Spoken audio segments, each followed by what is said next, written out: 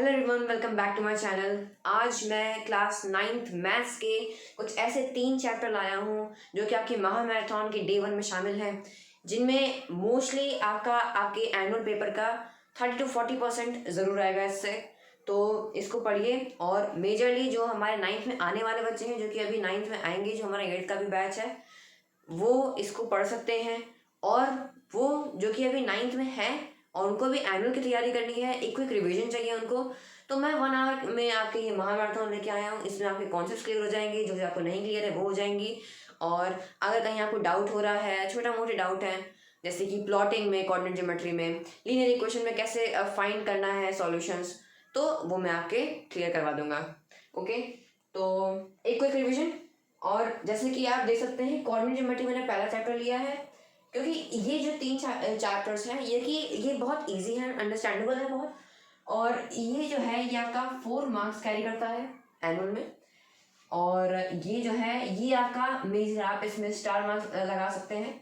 ये बहुत ही important chapter है, बहुत इंपॉर्टेंट। मैं तो डबल स्टार लगाना चाहूँगा, क्योंकि ये अलजेब्रा का एक मेजर रोल है इसमें। तो अलजेब्रा आपका पूरा पूरा 20 मार्क्स का है, और ये उसमें से 7 to 8 मार्क्स का तो आता ही है। वही बात करते हैं इंट्रो टू यूक्लिड ज्योमेट्री की, सबसे हलवा चैप्टर है। इसको अगर ये आता है क्वेश्चन पेपर में, तो फोड़ना तो चाहिए पेपर को। ये आपका मेजरली सेम 4 to 5 मार्क्स का आएगा, ठीक है। और इसमें आपके ग्राफ के मार्क्स ज़्यादा होते हैं, जैसे कि आप +2 कर लीजिए ग्राफ का। ग्राफ जो है वो बहुत इंपॉर्टेंट है, प्लॉट करना। आपको स्केलिंग आनी चाहिए। बहुत से बच्चे मिस्टेक करते हैं स्केलिंग में, बहुत से बच्चे मिस्टेक करते हैं रूट सॉल्यूशंस फाइंड करने में। वो मैं आज आपके सारे कॉन्सेप्ट क्लियर करूँगा। तो चलिए शुरू करते हैं। पहले चैप्टर कोऑर्डिनेट ज्योमेट्री। ओके, सो कोऑर्डिनेट ज्योमेट्री। तो कोऑर्डिनेट ज्योमेट्री बहुत ही इजी सा चैप्टर है, मतलब अगर आप समझने की कोशिश करें तो बहुत ही इजी है। ये कॉन्सेप्ट्स काफ़ी से क्लियर हो जाने चाहिए। तो 2 परपेंडिकुलर लाइंस, पहले हम बात करते हैं हमारे प्लेन की। प्लेन जिसे हम कार्टेशियन प्लेन भी कहते हैं, जिसे हम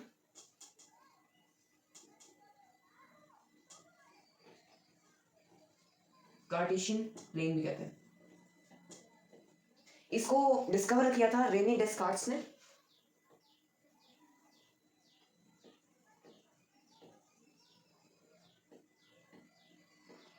रेनी डेस्कार्ट्स ने उन्होंने एक्चुअली उनको प्लॉटिंग करना जो था उसको सिंप्लीफाई करने के लिए उन्होंने ये हमें एक फिगर दिया, जिसमें हम किसी भी पॉइंट को, उस पॉइंट की लोकेशन को पता लगाने के लिए कुछ कोऑर्डिनेट्स हम यूज कर सकते हैं। तो ये हमारी है एक्स एक्सिस, ये हमारी एक्स एक्सिस होती है जो कि हॉरिजॉन्टल होती है, और ये हमारी वाई एक्सिस होती है जो कि वर्टिकल होती है। ये दोनों परपेंडिकुलर होती हैं ईच अदर, एंड जो जिस पॉइंट में the point in which they intersect it's called the origin. Origin का जो कोऑर्डिनेट होता है वो होता है 0,0। अब कोऑर्डिनेट्स की अगर हम बात करें, कोऑर्डिनेट्स की, तो ये जो कोऑर्डिनेट्स होते हैं, कोऑर्डिनेट्स में हमारा पहला जो नंबर होता है वो हमारा होता है एक्स एक्सिस का, और जो दूसरा नंबर होता है वो होता है हमारा वाई एक्सिस का। अगर आप लोगों को इसी का फास्ट वर्जन अगर आप लोगों का एग्जाम से कल परसों में है, तो आप ऐसा कर सकते हैं, इसको 1.25x में सुन सकते हैं, ठीक है। आपके लिए रिवीजन आपके लिए इससे अच्छा हो जाएगा। तो रूट हमारा x, y, तो जो हमारा x कोऑर्डिनेट, अब हम इसको फाइंड कैसे करें। तो मान लीजिए मैं सेकंड, तो यहाँ पे हमें पता चल गया कि ये हमारा x एक्सिस है और ये हमारा y एक्सिस है। अब हम क्या करेंगे, यहाँ पे हम वैल्यूज पुट कर लेंगे 1 2 3 4, ठीक। और यहाँ पे भी सेम चीज 1 2 3 4, 1 2 3 4, 1 2 3 4, ठीक है। अब ये हमारी तैयार हो गई टेबल। अब मैं आपको एक और चीज बता दूं इस टेबल के बारे में, कि हमारे जो ये वाली साइड है एक्स एक्सिस की, ध्यान से देखिए, ये जो साइड है ये हमारी हमेशा पॉजिटिव होती है, इसके नंबर्स पॉजिटिव होते हैं। और हमारी ये वाली जो साइड है, ठीक है, इसके नंबर्स हमारे नेगेटिव होते हैं। सेम थिंग जो हमारी वाई एक्सिस है, उसमें जो डाउनवर्ड पोजीशन में वो हमारे नेगेटिव होंगे, और जो हमारे अपर पोजीशन में है वो हमारे पॉजिटिव होंगे, ठीक है। तो ये हमारे हो गए नेगेटिव, ठीक है। ये हमारे नेगेटिव्स होंगे, ये हमारे पॉजिटिव्स हो गए। अब ध्यान से देखिए कि ये हमारे कुछ 4 पार्ट बन रहे हैं इस प्लेन के, ये हमारे कुछ 4 पार्ट मिल रहे हैं, तो हम इसको नाम देंगे फर्स्ट क्वाड्रेंट।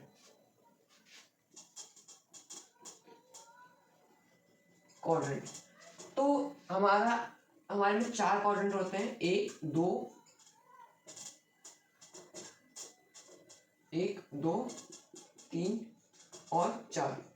अब ये जो 4 क्वाड्रेंट होते हैं इनके कोऑर्डिनेट्स अलग अलग होते हैं। ऐसे जो क्वाड्रेंट हैं, इन क्वाड्रेंट को डिपिक्ट करता है कोऑर्डिनेट्स।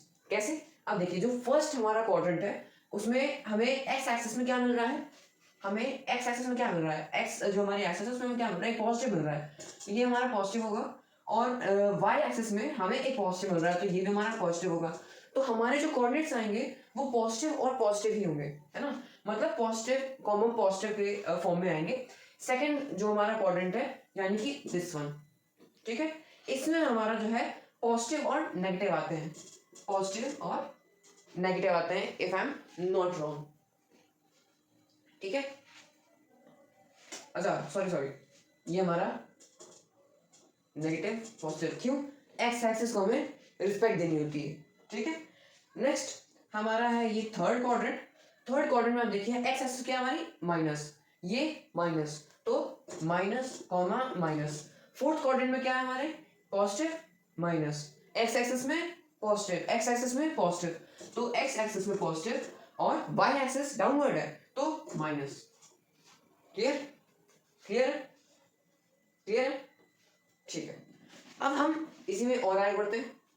अब हम देखेंगे प्लॉट कैसे करते हैं। तो मैं अगर आपसे बोलूं कि मुझे प्लॉट करना है,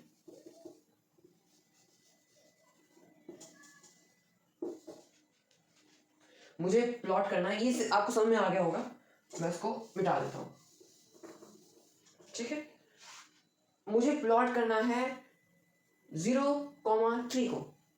देखिए, जब एक्स एक्सिस में बहुत ही इंपॉर्टेंट कॉन्सेप्ट है कि अगर हमें एक्स एक्सिस में 0 दिया गया है और यहाँ पे हमें कोई भी नंबर दिया गया है, मान लीजिए हमें दिया गया है 4, तो हमें एक्स एक्सिस में 0 दिया गया है ना।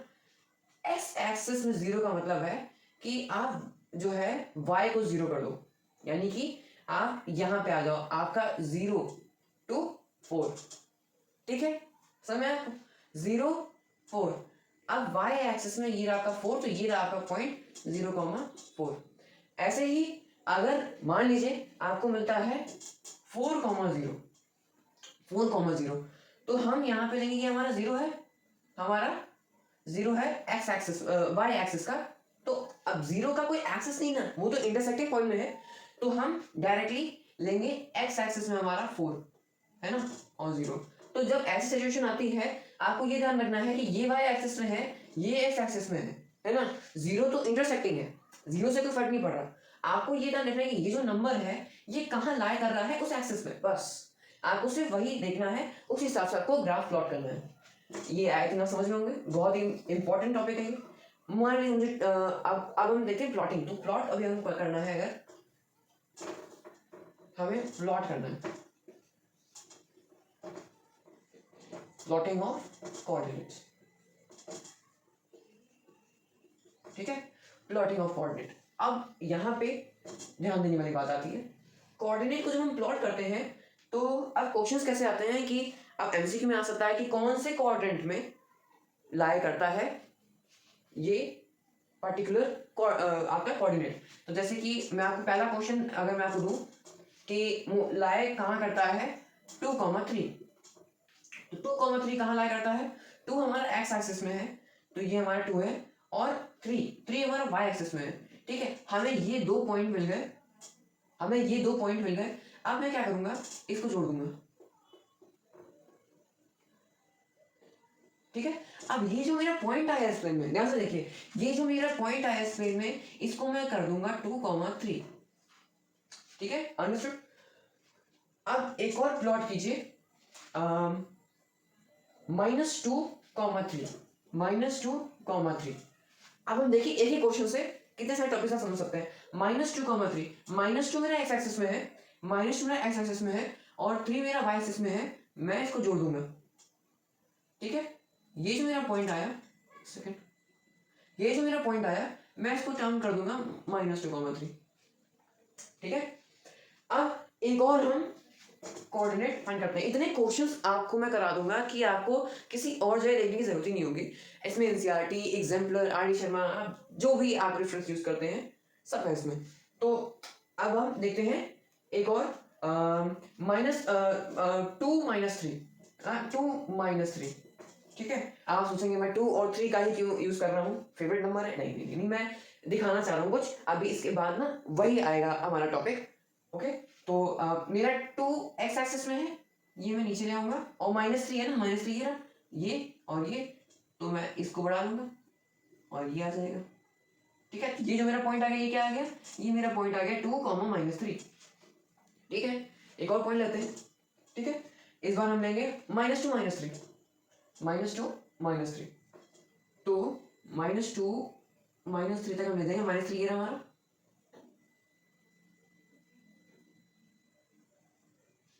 -3 ये रहा हमारा, तो -2, -3। ठीक है, ये मेरे बन गए हैं, आपका एक कोऑर्डिनेट्स हमें दिख गए हैं। ठीक है, अब मुझे आप बताइए इसी में एक सब क्वेश्चन कि ये जो कोऑर्डिनेट्स हैं ये किन क्वाड्रेंट में लाई कर रहे हैं। तो हमारा जो पहला कोऑर्डिनेट यानी कि 2, 3 ये हमारा कहाँ लाई कर रहा है, 2, 3 हमारा लाई कर रहा है फर्स्ट क्वाड्रेंट में।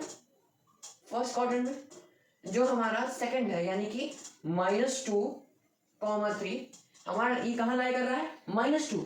हमारा ये पहला माइनस है, एक्स एक्सिस में माइनस है, वाई एक्सिस में प्लस है। Second quadrant sorry. तो और ये हमारा जो है सॉरी -2 और ये -2 और ये 3, ये हमारा चौथा क्वाड्रेंट है। ये हमारा चौथा क्वाड्रेंट है। क्यों हम सीरियल वाइज चलते हैं तो हम -2 -3 लिख लेते हैं और ये लिख देंगे हम -3 क्वाड्रेंट, थर्ड क्वाड्रेंट। ठीक है, एंड चौथे में जो है हमारा वो है 2 -3, तो 2 -3, तो हम इसे कर देंगे फोर्थ क्वाड्रेंट। आई होप आपको क्लियर होगा। अब इसी में एक और क्वेश्चन कि मुझे इस पॉलीगन का नाम बताइए। पॉलीगन का आपको कह रहा हूँ, पॉलीगन का देखिए, पॉलीगन दिख रहा है आपको, ये हमारा पॉलीगन है, ये हमारे पॉलीगन है। ये पॉलीगन क्या है, ये पॉलीगन क्या है, तो ये पॉलीगन जो है आप देखिए कि इसमें हमारे एक पर्टिकुलर लेंथ है और एक ब्रेथ है, दोनों डिस्टिंक्ट है। डिस्टिंक्ट ना होती तो ये हमारा स्क्वायर होता। डिस्टिंक्ट मतलब अलग अलग, ठीक है, मतलब सेम नहीं है, अलग अलग है। तो ये हमारा इसकी ब्रेथ क्या होगी, -2 से 3 और 2 से 3, ये क्या ब्रेथ है हमारी, ये ब्रेथ हमारी -2 से 2 के बीच में आएगी। ठीक है, तो 1 2 3 4 यूनिट्स, तो ब्रेथ जो है हमारी है 4 यूनिट। ठीक है, कोई इसमें यूनिट मैंने दी तो मैं इसको जस्ट यूनिट लिख रहा हूँ। लेंथ क्या होगी हमारी, आप उसको बताइए, पॉज कीजिए एक बार और एक बार देखिए कि इसकी लेंथ क्या होगी और फिर मुझे बताइए कि इसका एरिया क्या होगा। हाँ, तो हम धीरे धीरे करके लेवल आपका बढ़ाएंगे, धीरे धीरे करके लेवल बढ़ाने से ये फायदा होता है कि कॉन्सेप्ट क्लियर होते जाते हैं। तो आई होप आपने देख लिया होगा क्या होगा इसका आंसर। तो इसका जो लेंथ होगी, इसकी जो लेंथ होगी, लेंथ आपकी होगी +3, +3 से। देखिए लेंथ होती है हमारी, लेंथ जो होगी हमारी वो हमें y एक्सिस में आएगी, ब्रेथ हमारी x एक्सिस में आएगी। तो आप ये देख सकते हैं कि हमारी लेंथ जो है ये आएगी हमारे 3 से -3 के बीच में। तो हमारा 1 2 3 4 5 6 6 यूनिट्स, समझ रहे हो, 6 यूनिट्स आपके हो गए। ठीक है, ठीक है, अब ये हमारा रेक्टेंगल बन रहा है, क्यों, ये इसके इक्वल है। रेक्टेंगल की बेसिक प्रॉपर्टीज क्या होती हैं, अब बोथ साइड्स इक्वल होती हैं और राइट एंगल होता है, मतलब कोई एक एंगल राइट एंगल होता है और अपोजिट साइड्स उनकी पैरेलल एंड इक्वल होती हैं। ठीक है, तो पैरेलल है क्योंकि डिस्टेंस तो सेम ही है ना, और इक्वल है। ठीक है, तो ये हमारा है एक रेक्टेंगल है, ये हमारा एक रेक्टेंगल है। इस रेक्टेंगल की एरिया क्या होगा, इस रेक्टेंगल का एरिया क्या होगा, इस रेक्टेंगल का एरिया का फॉर्मूला क्या होता है, लेंथ इनटू ब्रेथ। अगर किसी बच्चे को नहीं पता है तो भाई 6 क्लास पढ़ के आओ, लेंथ इनटू ब्रेथ। तो लेंथ क्या है हमारी 6, ब्रेथ क्या है हमारी 4। ठीक है, 24 यूनिट्स। ये इस रेक्टेंगल का एरिया आपका 24 यूनिट्स है। ठीक है, ठीक है, अब मैंने इसमें आपके 3 कॉन्सेप्ट करा दिए, फाइंडिंग ऑफ पॉलीगन है ना, प्लॉटिंग ऑफ कोऑर्डिनेट है ना, और क्या था, एरिया, फाइंडिंग द एरिया। ठीक है, ठीक है, अब आपको क्लियर होगा। और अब हम कुछ क्वेश्चंस करते हैं इसमें। ठीक है, चलिए शुरू। सो हियर वी गो, ये हमारा पहला क्वेश्चन है। पहला क्वेश्चन में क्या कहता है, the area of the triangle formed by the points. तो जैसे कि मैंने आपको रेक्टेंगल का एरिया मैंने आपको बताया था, अब हम इस ट्रायंगल का एरिया निकालेंगे। तो क्या कोऑर्डिनेट्स दिए हैं हमको, क्या कोऑर्डिनेट्स दिए हमको, ए है हमारा 2, अब इन्होंने क्या नेमिंग कर दी है ए बी सी। तो अगर ऐसा आपको मिलता है तो आप क्या कीजिए, अगर जैसे कि आपको दिया जाता है कि इन कोऑर्डिनेट्स को आप प्लॉट कीजिए, तो आपको कुछ नहीं करना है, आपको ये इन कोऑर्डिनेट्स को देखना है और आपको ये कोऑर्डिनेट नहीं लिखना है, आपको सिर्फ इसका नाम लिख देना है ना। अगर आपको ये एबीसी टाइप में दिया जाता है तो अगर मैं 1 2 3 4 5 और 6 मैं दूसरा चीज बना दो 1 2 3 4 5 6 ओके, फिर 1 2 3 4 5 6 ओके 1 2 3 4 5 6। ठीक है, अब ये हमारा जीरो हो गया, इंटरसेक्टिंग पॉइंट। याद है ना सब कुछ भाई, ये एक्स एक्सिस है, ये वाई एक्सिस है, first second third fourth quadrant. ठीक है, चलिए फटाफट से क्वेश्चन करते हैं। ए हमारा 2 0, तो 1 2 2 0 2 0, यानी कि हमें वाई एक्सिस में 2 दिया गया है और सॉरी एक्स एक्सिस में 2 दिया गया है, वाई एक्सिस 0 है, हमें ये क्या दिया गया है 0 और ये 2।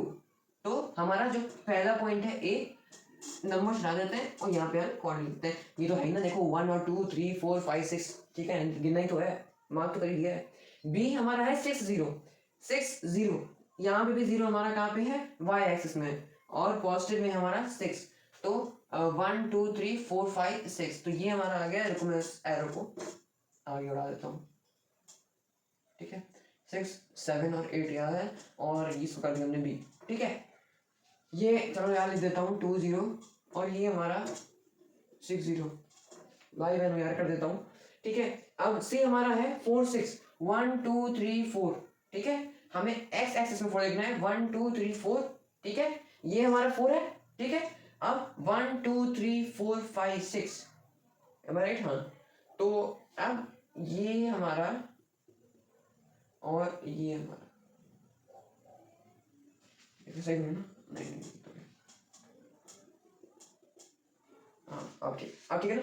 तो ये हमारा क्या है पॉइंट, ये हमारा पॉइंट है पॉइंट 4 6, इसको हम नाम देते हैं सी और 4 6। अब मैं इसको मिटा देता हूँ, एक्सक्यूज मी, हम इसको मिटा देते हैं।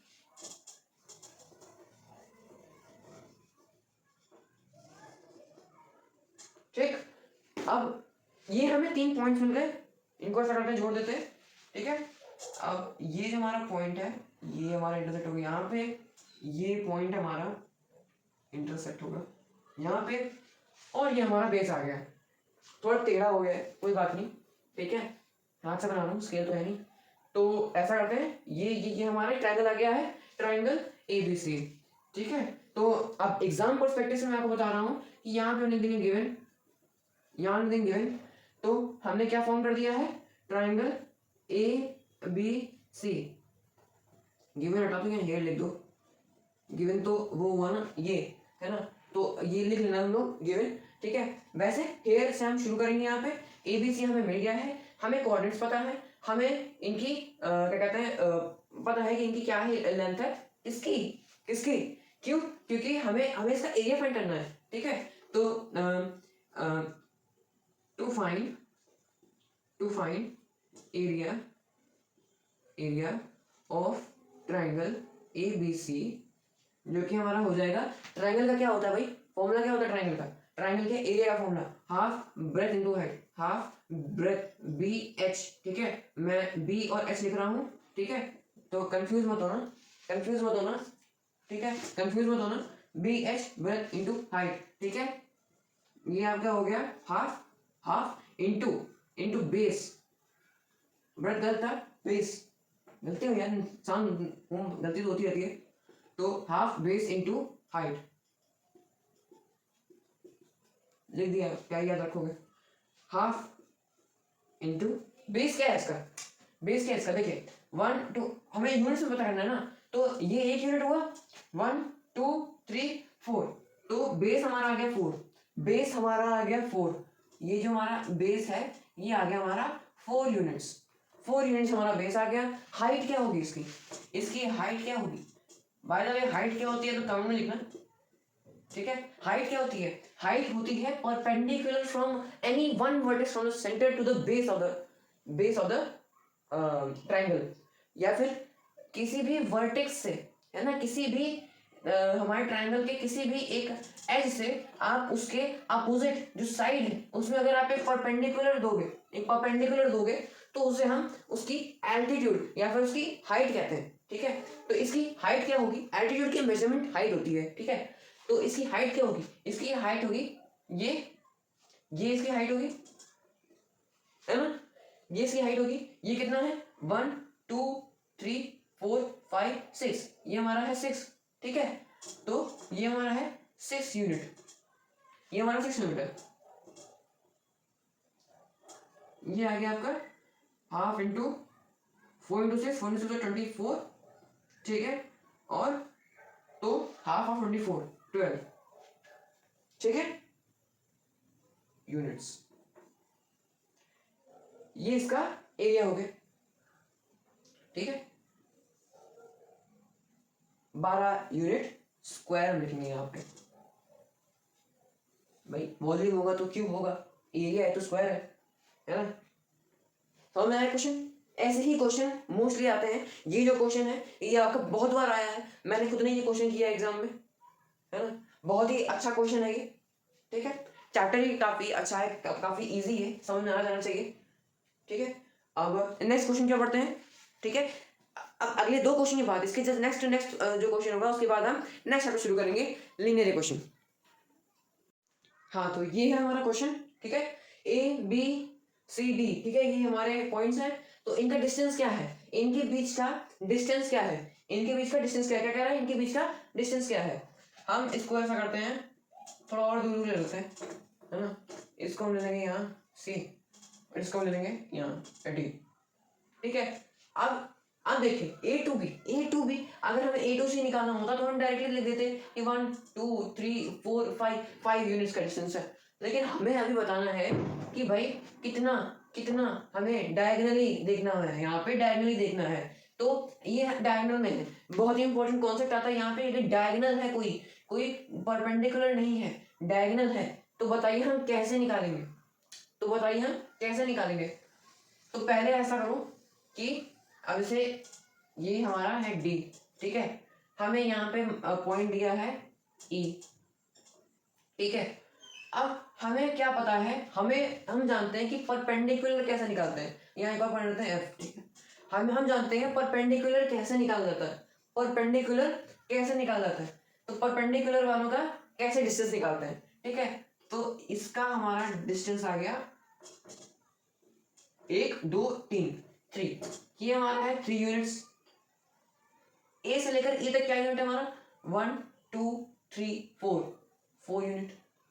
ठीक, हमें क्या निकालना है, ये हमारा राइट एंगल है, परपेंडिकुलर राइट एंगल। ठीक है, हमें निकालना है ये निकालना है। कुछ कॉन्सेप्ट याद आ रहा है, यहाँ से देखिए, यहाँ पे कि मैं लिख देता हूँ, अगर गिवन, चलिए लिख देते हैं, गिवन है हमारा कि हमें दिया गया है ए डी, हमें ये पॉइंट्स दिए गए हैं, तो हमारा जो ए होगा, ए हमारा इक्वल होगा 4 यूनिट्स के।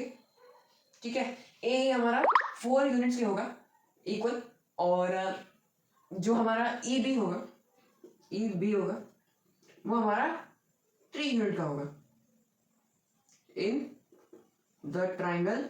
क्या है हमारा ए ई बी। ठीक है, ये चीजें हमें दिख रही हैं। और टू फाइंड में क्या है, क्या हमें चाहिए, क्या हमें चाहिए ए एफ, हम ए एफ को लेट कर लेते हैं x, let A F be x. ठीक है, हमने ए बी को हमने एक्स लेट कर लिया। ठीक है, ए बी को हमने एक्स लेट कर लिया, ये हमारा राइट एंगल है। ये ट्राइंगल ऑटोमेटिकली क्या बन जाएगा हमारा राइट एंगल ट्राइंगल। ये ट्राइंगल क्या बन जाएगा right angle triangle. So this triangle AEB is a right angle triangle, right का साइन है। ठीक है, राइट राइट एंगल, ये एंगल है मैं यार पूरा लिख देता हूँ, right angle triangle. So by using Pythagoras theorem PT, Pythagoras theorem को हम यहाँ यूज करेंगे। 4 3x क्या होता है formula, x square equals to s square hypotenuse equals to base square plus perpendicular square. ठीक है, base square plus perpendicular square, ठीक है। एस स्क्वायर हमारा क्या है, ए बी, हमें जो फाइंड करना है ए बी का स्क्वायर इक्वल्स टू बी का स्क्वायर, बी का क्या स्क्वायर है हमारा, बेस जो है बेस का 3, तो अभी हम ई भी लिख देंगे, ई बी का स्क्वायर प्लस पी क्या है हमारा, पी परपेंडिकुलर ए ई, यानी कि ए ई का स्क्वायर। ठीक है, अब ध्यान से देखिए यहाँ पे हमारा ए बी का स्क्वायर क्या होगा, ए बी का क्या स्क्वायर होगा, हमारा यहाँ हमने एक्स लेट किया हुआ है तो ये होगा एक्स का square equals to E B का स्क्वायर क्या है, ई बी का स्क्वायर क्या है 3 यूनिट है ना, तो 3 का स्क्वायर प्लस ए ई का क्या स्क्वायर है, ए ई का स्क्वायर है 4, तो 4 का स्क्वायर। ठीक है 3 का स्क्वायर क्या होता है 9 होता है, 4 का स्क्वायर क्या होता है 16 होता है। ठीक है, ये हमारा एक्स है। ठीक है, हाँ ठीक है, तो ये ठीक है। अब देखिए ध्यान से देखिए मैं इसको यहाँ ले आता हूँ, आप इसके नीचे रहिए, ये मत करना। ठीक है, तो मैं क्या करूंगा, मुझे अभी मेरे पास क्या है x square equals to 9 plus 16। ठीक है, अब मैं स्क्वायर को ट्रांसपोज कर दूंगा, मैं स्क्वायर को ट्रांसपोज कर दूंगा आपके राइट हैंड साइड में, लेफ्ट हैंड साइड से राइट हैंड साइड में। जब भी मैं ऐसा करूंगा तो ये मेरा रूट बन जाएगा, बेसिक कॉन्सेप्ट 9 प्लस 16 का रूट, यानी कि रूट 25 यानी कि 5। ठीक है, x की वैल्यू 5 आ गई, यानी कि ए बी जो है हमारा 5 हो जाएगा। समझ में आया देख लो ध्यान से, समझ में आया। अब ये हमारा हो गया। ठीक है, अब मैं क्या करूंगा, अब हमें किसका फाइंड करना है, सी और डी के बीच। ध्यान से एक बार सोच लीजिए। ठीक है, एक बार आप सोच लो क्या होगा इसका,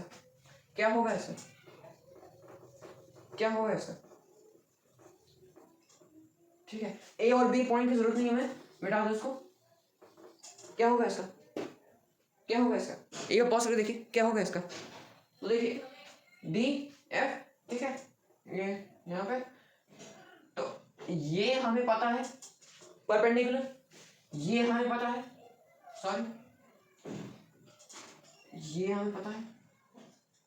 ठीक है, स्ट्रेट नहीं है सॉरी। तो हमें क्या फाइंड करना है, ये फाइंड करना है। पॉइंट डी से पॉइंट एफ की दूरी क्या होगी, 1 2 3 4 5 6, 1 2 3 4 5 6, 6 यूनिट, 6 यूनिट्स। ठीक है, और इसकी ये परपेंडिकुलर है, तो 1 2 3 4, 4 यूनिट। अब देखिए एक बार रोक के सॉल्व कर सकते हैं। ठीक है, अब आपने सॉल्व कर लिया होगा। ठीक है, तो अब हम क्या करेंगे, गिवन में छोड़ो, मैं सीधा कर रहा हूँ, आप पेपर में गिवन करके लिखना, टू प्रूफ वगैरह टू फाइंड वगैरह सब लिखना, फिगर सो लगा के। ठीक है, मैं भी इतनी अंग्रेजी नहीं करूंगा। तो आपका मेजरली क्या करना है, आपको पाइथागोरस थ्योरम लगानी है, यूजिंग पाइथागोरस थ्योरम। ऐसे क्वेश्चन में ध्यान रखिए, डायगोनल जहां भी आ रहा हो वहां पे आपको एक परपेंडिकुलर पॉइंट जरूर दिया होगा, नहीं दिया होगा तो कंस्ट्रक्शन कीजिएगा। यहां से हमें स्ट्रेट लाइन खींचनी है और वो लाइन खींचनी है, हमें इसको एक्सटेंड कर देना है। ठीक है, अगर मान मुझे एफ नहीं दिया है, मुझे डी को एक्सटेंड करना है स्ट्रेट। ठीक है, पैरेलल टू एक्स एक्सिस मुझे इसको एक्सटेंड कर देना है। फिर सी को parallel to Y axis extend कर देना है। जिस पॉइंट पे ये दोनों मिल रहे हैं उस पॉइंट को मुझे लेट कर लेना है। ठीक है, अब ये मेरा बन जाएगा एक right angle triangle using Pythagoras theorem in triangle C F D. तो क्या हो जाएगा हमारा, हाइपोटेनस का स्क्वायर इक्वल्स टू बेस का स्क्वायर प्लस, शुरू करते हैं, linear equation in two variables. काफी इजी चैप्टर है ये भी, कोऑर्डिनेट ज्योमेट्री टाइप। चल देखते हैं कैसे है। तो general form of linear equation, ये आपको वो पहली चीज दिखेगी जो आपके इस चैप्टर में जनरल फॉर्म इस लीनियर इक्वेशन का। तो जनरल फॉर्म क्या होता है linear equation in two variables का, लीनियर इक्वेशन टू वेरिएबल्स वाले का, जिसके टू वेरिएबल्स होते हैं उसका। ठीक है, तो ये बहुत इंपॉर्टेंट है, ये बहुत इंपॉर्टेंट है, ध्यान पढ़ के जाना। A x plus B Y plus C equal 0। ठीक है, तो a x plus B Y plus C equal 0, जहां पे एक्स और वाई वेरिएबल्स है, एक्स और वाई वेरिएबल्स है, एक्स और वाई वेरिएबल है। इसका जो इससे जो जुड़ा हुआ नंबर है, इससे जो जुड़ा हुआ नंबर है, ये है ए और ये बी, ये फिक्स वैल्यूज है। A and B, A and B are coefficients of variable X and Y and they are constant, मतलब वो कांस्टेंट रहेंगे, वो एक नंबर है। एक्स और वाई वेरिएबल है, उनकी वैल्यू जो है वो वेरी कर सकती है, वो इनफिनिटली मेनी टाइम वेरी कर सकता है। ठीक है, वो किसी भी नंबर की वैल्यू होल्ड कर सकता है। ठीक है, सी हमारा कांस्टेंट है, बिना किसी वेरिएबल जो है कांस्टेंट, वो हमारा सी है। ठीक है, तो ए और बी जो है वो होंगे कोएफिशिएंट, ए और बी हमारे कोएफिशिएंट है, और coefficient of X and Y respectively. ठीक है, और c इज द कांस्टेंट। ठीक, सॉल्यूशन किसी भी लीनियर इक्वेशन के, हाँ एक्सेप्ट अगर a या b दोनों में अगर कहीं 0 आ रहा हो, या फिर जैसे a 0 है तो 0x plus B Y plus सी इक्वल 0, इसके इनफिनिटली मेनी सॉल्यूशन नहीं हो सकते। क्यों? इसीलिए क्योंकि अगर हम a x plus B Y plus c में अगर हम a या फिर हम b किसी को भी अगर हम 0 कर देंगे, तो आप सोचो ना 0 इंटू दैट वेरिएबल, तो वो तो 0 ही हो जाएगा ना, मतलब वो कैंसिल हो जाएगा। हमारे पास क्या बचा, ए एक्स प्लस सी इक्वल 0। तो ये अब एक लीनियर इक्वेशन में वन वेरिएबल हो गया, ये टू वेरिएबल तो रहे नहीं, तो इसके इन्फिनिटली मेनी सॉल्यूशन नहीं होंगे। तो अगर कोई नॉन जीरो नंबर यहाँ रहेगा तभी ये इन्फिनिटली मेनी इसके सॉल्यूशंस होंगे। ठीक है, नेक्स्ट है सॉल्यूशन हमारे इन्फिनिटली मेनी होते हैं, हमने देख लिया। तो solution aren't affected when same non zero number is, चाहे वो आप उसको ऐड करो, आप उसको सब्ट्रैक्ट करो, आप उसको मल्टीप्लाई करो, आप उसको डिवाइड करो, बोथ साइड्स, तो उससे कोई इफेक्ट नहीं पड़ने वाला है आपके इक्वेशन पे। ठीक है, जैसे कि फॉर एग्जांपल अगर मैं यहाँ पे करता हूँ, मैं अगर यहाँ पे a x plus B Y plus C equal 0 में अगर मैं यहाँ पे +1 करता हूँ और यहाँ पे मैं +1 करता हूँ, तो कोई डिफरेंस नहीं होगा। मेरा LHS और मेरा RHS ऑलवेज इक्वल रहेगा अनटिल अनलेस यहाँ पे मैं कोई डिफरेंट नंबर नहीं लिख देता। इसलिए क्या यहाँ क्या लिखा है, सेम नॉन जीरो नंबर। मैं यहाँ 0 नहीं लिख सकता, वरना फिर तो गड़बड़ हो जाएगी ना, 0 प्लस समथिंग हो जाएगा ना। आपको नॉन जीरो नंबर रखना है, समझ में आया? ठीक है, गलती नहीं होगी इसमें। Graph if x equals to a line is parallel to y axis. Line किसकी इक्वेशन की लाइन आपको बताता हूँ क्या होती है कि पहला केस लेते हैं हम, तो फर्स्ट केस, ठीक है, मैंने ये लिया, ठीक है, ये मेरी x एक्सिस है, ये मेरी y एक्सिस है, ये मेरा ओरिजिन है, ठीक है।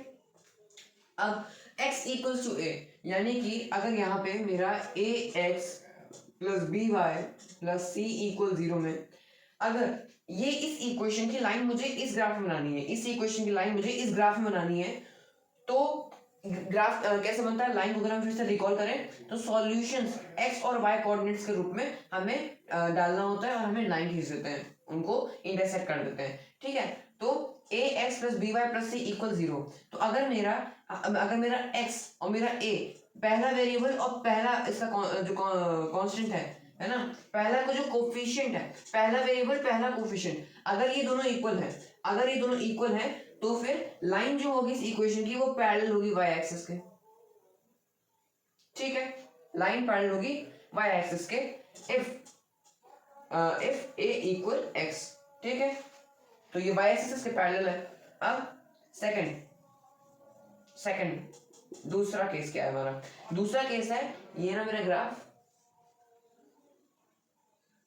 ठीक है, यहां मैंने फिर से ले लिया a x plus B Y plus C equal 0। यहाँ पे अगर मेरा y और a इक्वल है, मेरा दूसरा वेरिएबल और मेरा पहला का कोएफिशिएंट जो है, पहले का जो मेरा कोएफिशिएंट है, अगर मेरा ये दोनों इक्वल है, इफ a इक्वल y, ठीक है, तो क्या होगा, ये x एक्सिस के पैरेलल आएगा, ठीक है, ये x एक्सिस के पैरेलल आएगा। अब अगर अब एक और तीसरा जो है ये बहुत इंपॉर्टेंट है, तीसरा बहुत इंपॉर्टेंट है। इसमें क्या है कि ये मेरा ग्राफ है, तो तिरछा हो गया है, कोई बात नहीं, तो ये मेरा ग्राफ है।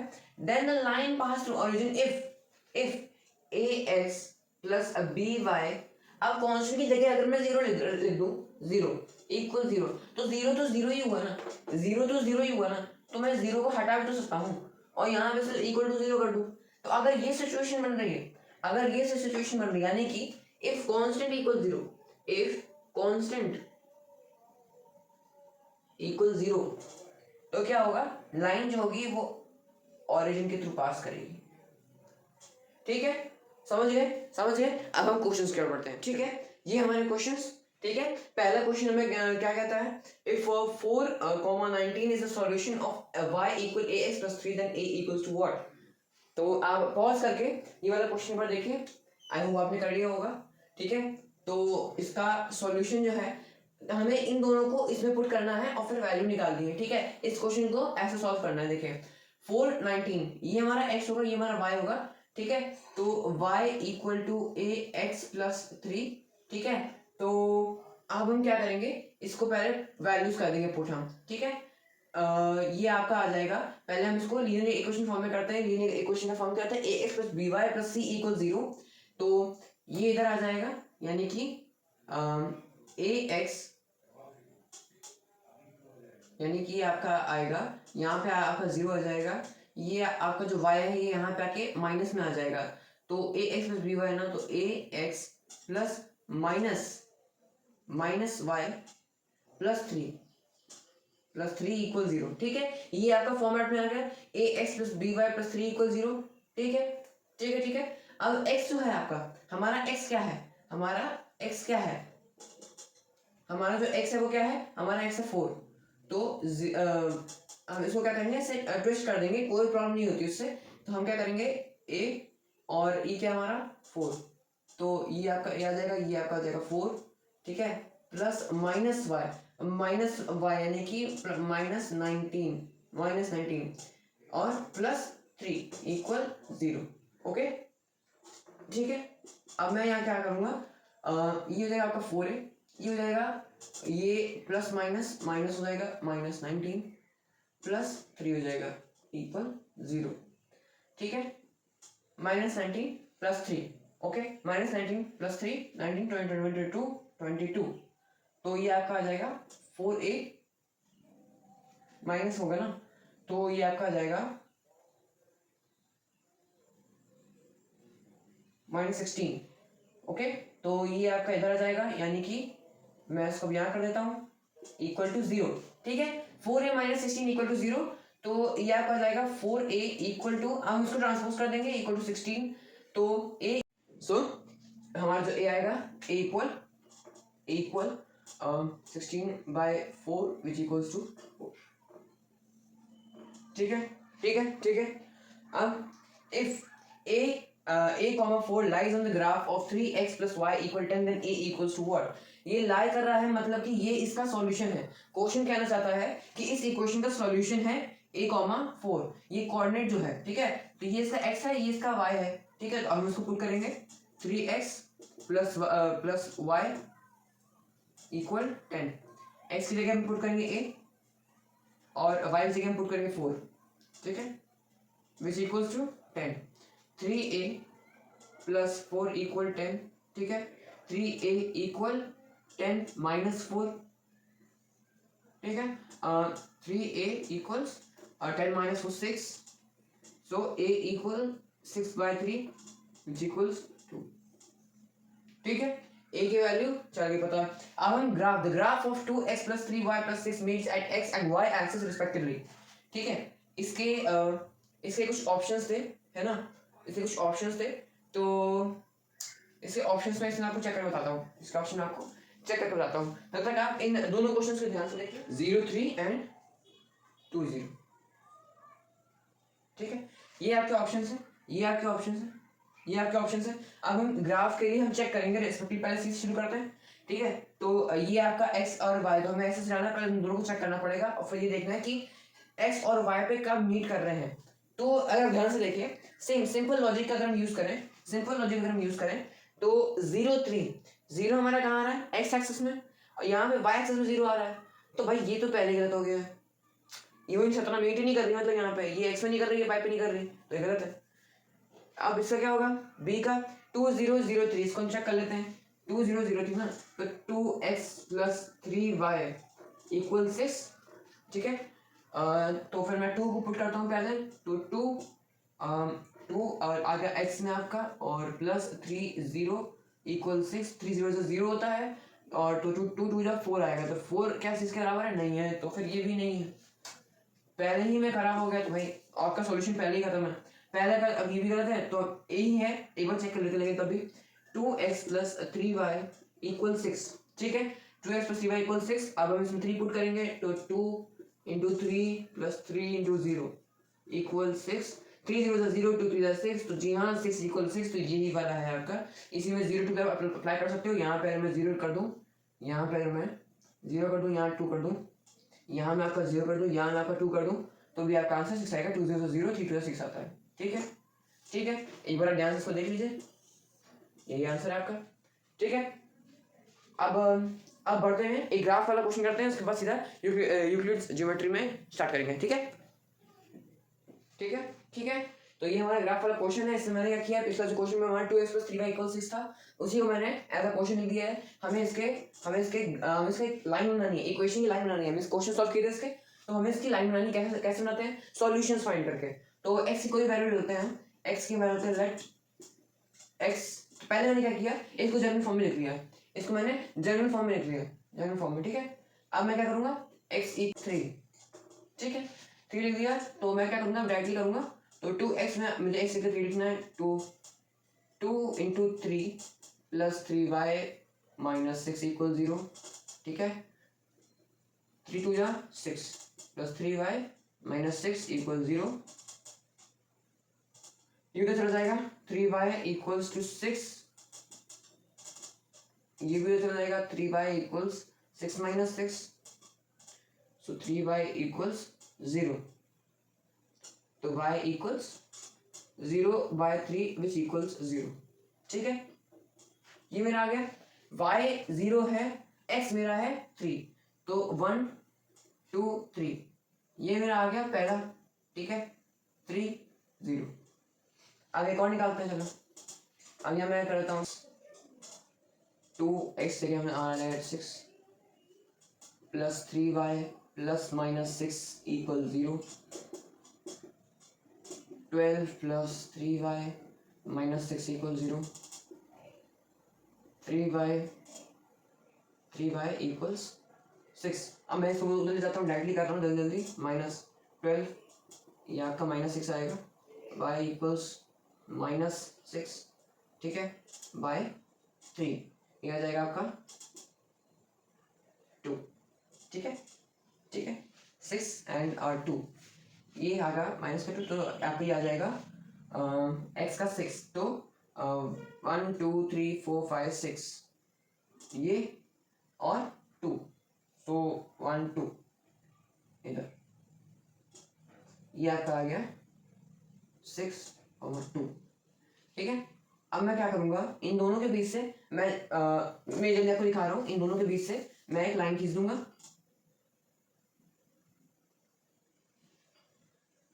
ठीक है, ये जो लाइन होगी, इसको स्ट्रेट, ये स्ट्रेट नहीं है, ये जो लाइन होगी, अब से ये यहाँ पे इंटरसेक्ट कर, तो क्या है ये है 1 2 3, और ये है, ये आपका आएगा 0, 0 -3, ये भी इसका सॉल्यूशन होगा और 0 3 भी होगा, है ना। तो ये आपकी लाइन आ गई 2x + 3y = 6 की लाइन ग्राफिकली, ठीक है। अब हम क्या करेंगे, तुरंत से हम बढ़ते हैं इंट्रो टू यूक्लिड्स ज्योमेट्री में, ठीक है। अगर आपको समझ में आ गया होगा, ऐसे ही आपको 3-4 सॉल्यूशन निकालने को बोलता है, आपको कुछ नहीं करना है, x में एक वैल्यू पुट करनी है, y की वैल्यू ऑटोमेटिक आ जाएगी, तो x और y कोऑर्डिनेट डाल के आपको पॉइंट्स को प्लॉट करना है और वो पॉइंट को जोड़ देना है, ठीक है। अगर नहीं बताया इसने तो आप 2 लीजिए और उन दोनों को जोड़ दीजिए, दोनों को एक्सटेंड कर दीजिए, ठीक है, सिंपल। तो शुरू करते हैं इंट्रो टू यूक्लिड्स ज्योमेट्री। इसमें हमें कुछ एग्जाम्स हैं, सबसे 5 मिनट का चैप्टर है ये, रिविजन के लिए भी और वैसे भी।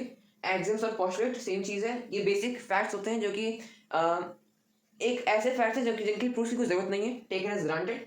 और थ्योरम होती है वो स्टेटमेंट जो कि प्रूफ की जाती है लॉजिक रीजनिंग के थ्रू, थोड़ी लॉजिकल एक्सियम्स के थ्रू, मतलब हमें एक्सियम का यूज़ करना पड़ता है उन्हें प्रूफ करने के लिए, ठीक है। अब हम कुछ एक्सियम्स कर देंगे, मेन एक्सियम्स, बाकी जो है वो बहुत ही डम टाइप की हैं, जैसे कि अलाइन स्ट्रेट, है ना, align can be propose indefinitely on both sides, तो वो सब तो आता ही है। ये जो है जिनमें समझने की थोड़ी ज़रूरत है, तो कहाँ कहाँ क्वेश्चन में वो कैसे कैसे यूज होंगी वो मैं आपको बताता हूँ। पहली है थिंग्स विच आर इक्वल और डबल और half of the same thing are equal to one another. अब मेरे पास एक चीज़ है, मेरे पास जैसे कि सर्कल है, ठीक है, things which are equal double और हाफ द सेम थिंग। तो अगर मैं आपको वेरिएबल क्यों समझाता हूँ, ठीक है, वेरिएबल क्यों समझाता हूँ, हाँ, तो मेरे पास है x, ठीक है, और मेरे पास है x और मेरे पास है y, ठीक है, और मेरे पास है z। तो अगर मैं आपसे कहूँ कि y जो है, पहले स्टेटमेंट में आपसे कहूँगा स्टेटमेंट 1 कि y जो है वो z के बराबर है, y z के बराबर है। देन वो मुझसे पूछेगा कि नहीं, फिर सेकंड जो मेरा स्टेटमेंट होगा उससे मुझसे बोलेगा कि x जो है वो y के बराबर है। तो अगर x y के बराबर है और y z के बराबर है, x = y, y = z, तो मैं ये भी तो कह सकता हूँ कि x जो है वो z के बराबर है ना। ये चीज़ में शो की जा रही है। अब मैं क्वेश्चन आपको दिखाता हूँ, एक क्वेश्चन दिखाता हूँ, ये काफ़ी फ्रीक्वेंट क्वेश्चन है और कई बार आया है ये। एक क्वेश्चन था, इसमें ये मेरा एक पॉलीगन है, इसकी इंक थोड़ी शायद कलर हो रही है, मैं नेक्स्ट में भर दूंगा। अब ना ये मेरा है एंगल 1, ये मेरा है एंगल 2, ये है एंगल 3 और ये है एंगल 4। मुझसे कहा गया है कि मुझे पता करना है कि कौन सा एंगल किसके इक्वल है। मुझे सिर्फ इतना गिवन है, जैसे कि अगर मैं मान लूँ ये है मेरा 60, ये एंगल है मेरा 60 डिग्री, और ये जो मेरा एंगल है ये भी 60 डिग्री है, ठीक है, और एंगल 2 नहीं गिवन है। मुझसे बोला है कि ABCD क्वाड्रिलेटरल में मुझे बोला है कि DBC जो है, एंगल DBC = एंगल ADB, ठीक है। तो अगर मेरे DBC और ADB दोनों इक्वल हैं तो ये मुझसे पूछ रहा है कि जो एंगल ADB है, यानी कि टू शो एंगल ADB क्या होगा, मतलब वो किसके इक्वल होगा, क्या रिलेशन होगा इसका दूसरा एंगल से। तो अगर ये इसके इक्वल है और मुझे एक और चीज़ कही गई है, गिवन में इसको लिख लेते हैं कि जो एंगल ADB है वो इक्वल है एंगल BDC के, एंगल BDC। अब मुझसे पूछ रहा है फाइंड एंगल BDC, ठीक है भाई। DBC जो है यानी कि ये एंगल मेरा इस एंगल के इक्वल है, ठीक है। मैं इसका नाम देता हूँ एंगल 1, इसको एंगल 2 और इसको एंगल 3। तो मेरा एंगल 1 जो है वो एंगल 1 इक्वल एंगल 2 है, ठीक है। ये मेरा गिवन है, तो अगर एंगल 1 इक्वल एंगल 2 है और मुझे बोला गया है कि एंगल 2 एंगल 3 के बराबर है, गिवन है ये भी, तो मैं ये भी तो कह सकता हूँ कि देखो एंगल 2 कॉमन आ रहा है, काट दो इसको, एंगल 1 इक्वल एंगल 3। ऐसे हमें अप्लाई करना है इसको, ऐसे कई सारे क्वेश्चंस आते हैं, ठीक है। इनसे ऐसे ही क्वेश्चन आएंगे, या तो पूछ लेगा कि कोई 2 या कोई 3 पोस्टुलेट बताओ, ठीक है। Thing which coincide which each other are equal to one another. अभी 10th में सिमिलैरिटी आएगी, उसमें भी यही चीज़ है, कोइंसाइड कर रही है या नहीं, उसमें कोइंसाइड वाला नहीं है। सिमिलैरिटी में कभी कोइंसाइड नहीं होता यूज, कॉन्ग्रुएंसी में कोइंसाइड यूज होता है। अगर दो ट्राइंगल है, जैसे कि हमें ट्राइंगल से अभी मैं बताऊंगा आप लोगों को कि अगर दो ट्राइंगल है तो वो जो दो ट्राइंगल होंगे अगर वो एक दूसरे पर बैठ रहे हैं, मतलब कि अगर वो एक दूसरे पर बैठ रहे हैं, ये एक ट्राइंगल है और ये एक ट्राइंगल है, मैं अगर इन दोनों को एक के ऊपर एक रखूं, ओवरलैप करूं, तो कोई एक्स्ट्रा पार्ट ना निकले, साइड से कोई एक्स्ट्रा साइड ना निकले, है ना, तो फिर ये दोनों कॉन्ग्रुएंट होंगे या फिर वो होंगे, इक्वल होंगे। कॉन्ग्रुएंट इक्वल एक ही बात है, ठीक है। Whole is greater than part, whole is greater than part. अब देख लो, ये है आपके कुछ डम टाइप के, मतलब ये तो सबको पता ही होता है, किसी चीज़ का कोई होल है, मान लो ये मेरा ये बोर्ड है, ये बोर्ड मेरा होल है और मैंने इसके पार्ट कर दिया, हाफ कर दिया इसको, तो वो हाफ तो छोटा होगा ना, वो हाफ तो छोटा होगा ना इस पूरे बोर्ड से। ऐसे अगर मैं कहीं से भी इसका कोई पार्ट लूँ तो वो ऐसा तो नहीं कि इससे बड़ा हो जाएगा, है ना। तो ये तो बेसिक सी चीज़ है। ऐसी स्ट्रेट लाइन में be drawn from one point two another, कोई भी स्ट्रेट लाइन है वो ऑब्वियसली एक पॉइंट से दूसरे पॉइंट की ओर चलेगी, है ना, एक पॉइंट से दूसरे पॉइंट की ओर ही हो जाएगी, ठीक है। और क्या है, all right angles are equal, ये भी वही एकदम डम टाइप का है, कोई भी राइट एंगल है वो इक्वल होगा। भाई राइट एंगल्स तो इक्वल ही होंगे ना, राइट एंगल तो 90 डिग्री होता है ना, 90 डिग्री कोई नंबर ऐसा हो नहीं सकता कि नहीं वन ये वाला वन और वो वाला वन अलग अलग है, ऐसा तो हो नहीं सकता ना। तो ये था आपका इंट्रोडक्शन टू यूक्लिड ज्योमेट्री, इतना ही था और ये बहुत ही अलग चैप्टर है, ठीक है। अब आप मुझे बताइएगा कि आपको कौन कौन से चैप्टर चाहिए, वरना मैं अपने हिसाब से एक 3 मॉडरेट चैप्टर ले आऊँगा। ये इजी थे, मॉडरेट हम लास्ट में करेंगे हार्डेस्ट चैप्टर्स, ठीक है। तो कैसा लगा आपको मेरा ये वीडियो, जरूर मुझे बताइएगा। आगे आपको कैसे चैप्टर्स चाहिए, कौन कौन सब्जेक्ट चाहिए, साइंस चाहिए मुझे वो बताइएगा, अगर 10th का चाहिए तो वो बताइएगा, क्योंकि कुछ बच्चे हैं जिनका 9th रिवाइज हो चुका है, अब उन्हें 10th का स्टार्ट करना है, तो आप मुझे बताइएगा, मैं उसके वीडियोस लाऊंगा। So do like share subscribe to Abhinav history classes 6 to 8. Thank you.